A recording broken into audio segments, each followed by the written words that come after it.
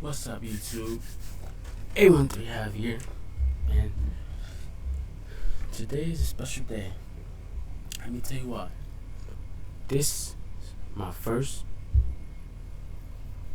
reaction. Car broke down, so I can't do food reviews. Stuff like that. So, I bought a bunch of equipment. Said, fuck it. Let's just do a goddamn reaction shit. Let's do reaction videos. So, we are here. Just react to a bunch of stuff, dog. Stuff that I watch off the camera. You know what I'm saying? Today we're watching the craziest thing bought by billionaires. If he was a billionaire, what would you buy? I already know this video consists of yachts and crazy cars. If I was a billionaire, buying an S-Class. Simple as that. And old BMWs. But like always, like and subscribe. And let me know at the end of the video how I did. My Instagram gonna be down in the description below. So send me clips and not clips, but videos on what I should react to next. You know what I'm saying? Let's hop into it.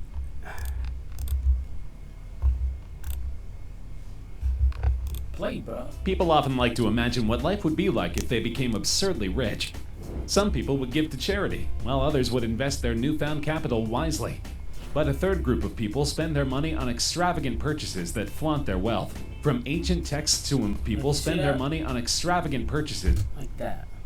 What is that, bro? It's a Mercedes, but dog. You want a diamond car? It's just stupid. That flaunt their wealth. From ancient texts to embalmed animals, we're looking at the craziest things bought by billionaires. Leonardo da Vinci is arguably the world's most famous painter, and absolutely the most influential classical painter in history. Works like the Mona Lisa and The Last Supper have become iconic across numerous cultures and time periods. What makes his work especially valuable is that most of it has disappeared over the centuries. In fact, there are only 32 confirmed Da Vinci paintings in existence. But Da Vinci wasn't just a painter. He also had interests in invention, drawing, sculpture, architecture, science, music, mathematics, engineering, literature, anatomy, geology, astronomy, botany, paleontology, and cartography. Now imagine you had access to Da Vinci's personal notebook. That's exactly what tempted Microsoft billionaire Bill Gates when he picked up the text in 1994 for $30.8 million. Written between the years of 1506 and 1510, the 72-page notebook provides a rare glimpse inside Da Vinci's mind, complete with sketches, diagrams, and early iterations of ideas. The text is written in Da Vinci's famous mirror. $30 million. Are you crazy?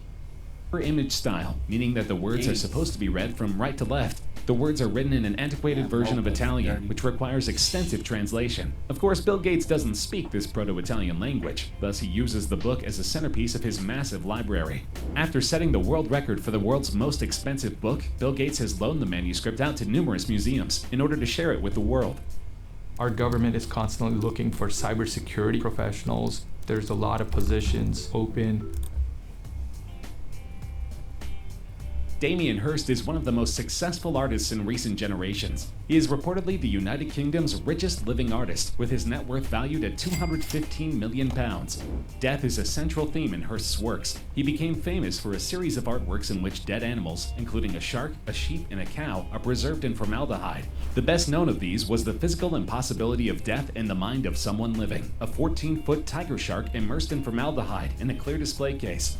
While Hirst is extremely wealthy, especially for a visual artist, he is not the eccentric rich person in question. In 2004, Hirst sold The Physical Impossibility of Death in the Mind of Someone Living to hedge fund billionaire Stephen Cohen for $8 million. Cohen is known for his eclectic tastes and owns both a stake in the New York Mets and an extensive art collection, including prized works by Picasso and Jenny Holzer. And this isn't Cohen's only wild purchase. Cohen once spent $100,000 for Food Network star Guy Fieri to spend the day with him. There have even been rumors of a tattooed pig living in Cohen's mansion as another work of art. Mukesh Ambani is India's richest man, with a net worth of almost $50 billion. The engineer and entrepreneur is most famous for his unbelievable home, Antilla. This is both the most expensive and the tallest residential home in the world. The 27-story house has 600 full-time staff and is valued well over $2 billion.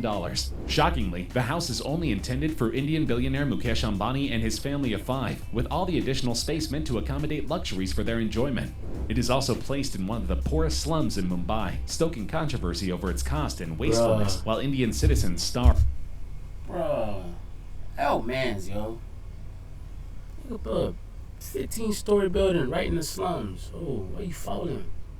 Sorry. Nigga built a 15-story building right in front of the slums. Look at these jets right here, dog. Are mere feet away. There are 3 helipads on the roof, an entire floor dedicated to servicing Ambani's many cars. If I had net worth for $50 billion, I'm recreating, I'm renovating a whole zip code, dog. Health floor with a jacuzzi, indoor pool, and ice room for the family to experience snow indoors, in addition to 6 separate floors just for parking. Among many other indulgences, the house has 4 dedicated rooms for hanging gardens, where residents can go to relax. Though the house is viewed as cruel and offensive by many, it is certainly an impressive property. Roman Abramovich is a Russian-Israeli billionaire businessman, investor, and politician. Abramovich is the primary owner of the private investment company Millhouse LLC, and is best known outside Russia as the owner of Chelsea FC, a Premier Fuck Chelsea. League football club.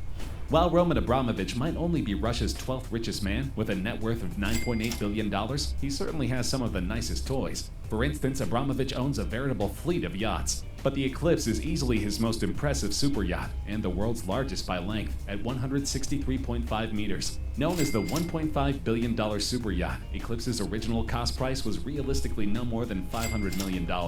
Built in total secrecy by Blom and Boss of Hamburg to custom request from Roman, Eclipse sports bulletproof windows, an advanced missile detection system, and a provision to escape via submarine located at the bottom end of the yacht. Bond villain gadgets aside, its other amenities are things such as dual swimming pools and 20 jet skis. Eclipse travels to St. Martin in the Caribbean each winter to pick up guests who fly into St. Martin's airport. The yacht then travels to Abramovich's home on nearby St. Bart's. James Cameron is famous for directing movies like Titanic and Avatar. Each was the highest grossing movie in history when it was released, earning Cameron a $1.2 billion net worth. So what does Cameron spend his money on? It turns out he is an avid diver and has a specific interest in marine biology. That's why he picked up his own personal one-man submarine called the Deep Sea Challenger for $1.5 million. And he doesn't just use it for recreation. Cameron actually set the world record for the deepest dive in history in the Mariana Trench. The first human to reach the 6.8-mile deep undersea valley solo, Cameron arrived on the bottom with the tech to collect scientific data, specimens, and visions unthinkable in 1960, when the only other manned Challenger deep dive took place, according to members of the National Geographic expedition. After a faster-than-expected, roughly 70-minute ascent, Cameron's sub, bobbing in the open ocean, was spotted by a helicopter and would soon be plucked from the Pacific by a research ship's crane. And this was in 2012, soon after Cameron completed Avatar. Perhaps that explains why it's taken him so long to come up with a sequel. Larry Ellison doesn't just own a home in Hawaii, he owns an entire island. After visiting the remote Hawaiian island of Lanai, the billionaire founder of Oracle loved the property so much that he decided to buy it in 2012. The $300 million splurge got him 98% of the island, which includes nearly 90,000 acres of land, a 3,200-person town, and 2 Four Seasons resorts. And his home on the island is pretty impressive as well. The penthouse suite features 3 plush bedrooms, a drop-down television, ocean views, and handmade parchment wall coverings. Outside, koi ponds and a botanical garden of native plants add whimsy and beauty to the already lush landscape. Waterfalls and secluded dipping pools are spread throughout the outdoor space, carefully arranged to provide privacy. Activities abound as well. The on-site golf course was designed by former professional golfer Jack Nicklaus and features ocean views from every hole. Billionaire Bill Gates loved playing the course so much, he got married at the 17th hole. Adventurous types can head to the horse stable to sign up for a guided trail ride led by an island native. Ellison's personal favorite activity takes place high above the island, however, sightseeing by plane. Planes, bro. The Airbus 380 is the largest plane ever manufactured. Because of its size, the plane didn't sell very well to airlines, but Airbus did find one particularly enthusiastic customer. Prince Al-Walid bin Talal bin Abdulaziz Al Saud is a Saudi businessman, investor, philanthropist. Prince Al-Walid bin Talal bin Abdulaziz Al Saud is a Saudi businessman, investor, philanthropist, and a member of the Saudi royal family. With $15 billion in the bank, he certainly has his fair share of extravagant purchases. But the most famous is a fabulous souped-up version of the Airbus 380 that contains an acoustically correct concert hall, a stable to hold horses and camels, a 2 Rolls-Royce garage, a private steam room and spa, and flat-screen televisions on the floor. Additionally, the belly of the aircraft has a relaxation zone, which includes a Turkish bath lined with marble only 2 millimeters thick to keep the weight down. The plane will also feature several first-class seats for miscellaneous use. And believe it or not, the jet is worth more than $500 million. It's no surprise that the prince has such a luxurious taste, given that the prince also owns several yachts, over 100 automobiles, a configured Boeing B-747, and an Airbus A321. Man, real shit, man. This is nice. Thank you for letting me move in. Amazon founder Jeff Bezos took to Twitter to announce the construction of the 10,000-year clock had begun on his property in Texas, with a view to encourage thinking about humanity in the long term. Conceived back in 1986 by American computer scientist Daniel Hills, the clock's mechanism is designed to advance far more slowly than your average timekeeping device. It will tick once a year, its century hand will move once every 100 years, and its cuckoo will emerge every millennium. Following the completion of a few prototypes, the foundation has now begun building a 500-foot mechanical version of Bezos land in the Sierra Diablo range of West Texas. The construction is presently drilling into the mountains there to house its components, which are being machined and assembled in California. The clock is valued at $42 million, making it the world's most expensive clock by some estimates. Horologists around the world are rejoicing at one of the most impressive timepieces in history. Oh. Have you ever imagined what the most expensive car in the world would look like? The most expensive set of wheels in the world is a diamond-encrusted, mink-furnished Mercedes SL 600, worth 4. Oh, that's one of my favorite Mercedes. Mercedes is my favorite car, by the way. Car brand. $8 million. The encrusted mink. This car has a McLaren engine, and this guy wrapped it in diamonds. It's so heavy, I know it.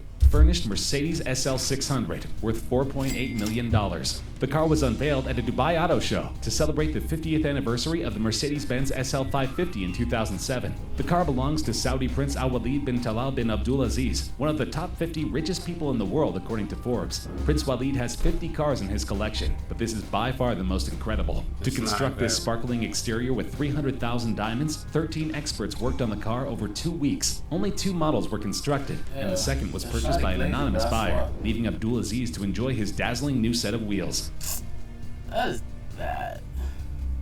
It's unsurprising that many billionaires suffer from an acute case of narcissism. All that money is bound to skew your worldview, and Sheikh Hamad bin Hamdan Al Nahyan is certainly no exception. He is a member of Abu Dhabi's extensive royal family and has made his billions through a multitude of business ventures and inherited wealth. But when Hamad grew tired of sports cars and mansions, he bought himself an island called Futaisi and carved his name into the stone. Futaisi already has its own resort and golf course, but the massive carving of Hamad in the sand will certainly put the island on the map. Hamad conceived the idea and hired workers from Pakistan and Bangladesh to complete the project, which finished 1,000-meter-high letters stretching along 2 miles of beach on the Arabian Gulf. To ensure that the carving did not wash away with the tides, Nahyan dug the letters deep enough to form waterways, in effect absorbing the water instead of caving in on itself. Written in block lettering, the Giant Hamad is so large and deep that it can even be seen from space. Much to Hamad's dismay, he was forced to remove the letters in 2012, after a huge public backlash against his selfishness and egotism. And that's gonna cap it off. To be honest, bro, if I was a billionaire, I wouldn't get none of that. I don't like yachts, I don't like planes, I don't like diamond Mercedes, bro. All that is dumb. I'm a car head. So, you know, I would get cars and just soup it up. You know what I'm saying? Anyways, in the video, like I said, my Instagram is a link below. Send me videos, send me things you want to see me react to. This is my first reaction, by the way. So, I think I did pretty good. Y'all let me know.